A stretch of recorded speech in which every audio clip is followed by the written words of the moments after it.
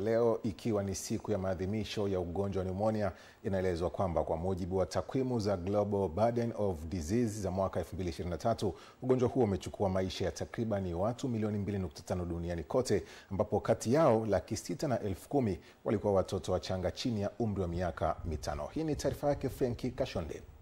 Dunia inaungana kuadhimisha siku ya pneumonia, ikilenga kuhamasisha juhudi za kumaliza ugonjwa huu ambao bado unaua watoto wengi duniani kuliko magonjwa mengine yoyote ya kuambukiza. Siku hii ilianzishwa kwa mara ya kwanza na Muungano wa Kimataifa wa kupambana na pneumonia kwa watoto mnamo mwaka 2009, lengo la kuanzishwa kwake likiwa ni kugeuza mtazamo wa ulimwengu kwenye janga hili ambalo wakati huo na hata sasa halikupewa kipaumbele, licha ya kwamba ni ugonjwa unaochangia vifo vya watoto walio chini ya umri wa miaka 5. Waanzilishi waliona haja ya jukwaa la kimataifa la kutetea upatikanaji wa rasilimali, ufadhili, chanjo na matibabu muhimu hasa katika nchi zenye kipato cha chini. Ripoti hiyo ya Global Burden of Disease inabainisha kwamba ugonjwa huo unaondoa maisha ya mtoto mmoja kila baada ya sekunde chache ulimwenguni kote. Na hivyo kwa mujibu wa ripoti hiyo, hali hii inaathiri zaidi watoto wanaoishi kusini mwa jangwa la Sahara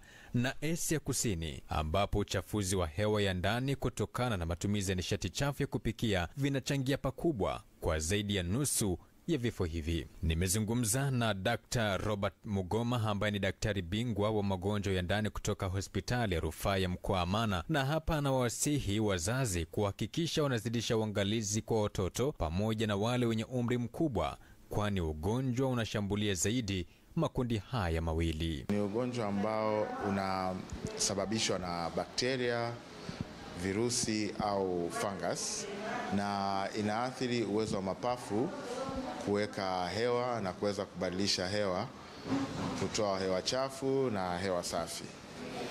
Na ugonjwa huu wa pneumonia unaathiri sana watoto wa chini ya miaka 5 au wazee.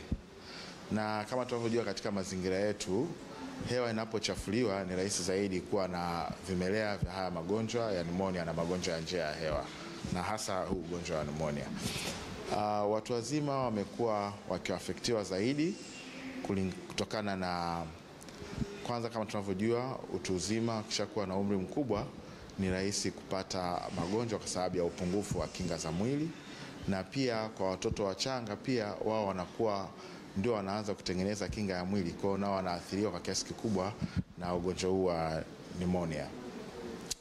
Jinsi ya kujikinga kwa watoto wachanga, kuna chanjo zinatolewa kwa ajili ya watoto wanapozaliwa kwa ajili ya kujikinga na ugonjwa huu, na kwa watu wazima wanapopata huu ugonjwa basi ni lazima kufika hospitalini na kuweza kupatiwa tiba inayostahili. Vile vile Daktari Robert amesisitiza kwamba ugonjwa huo unatibika, na hivyo kuwasihi watu kufika hospitali mara tu anapohisi dalili tofauti katika mfumo wa mapafu yake. Frankie Kashonde, EATV.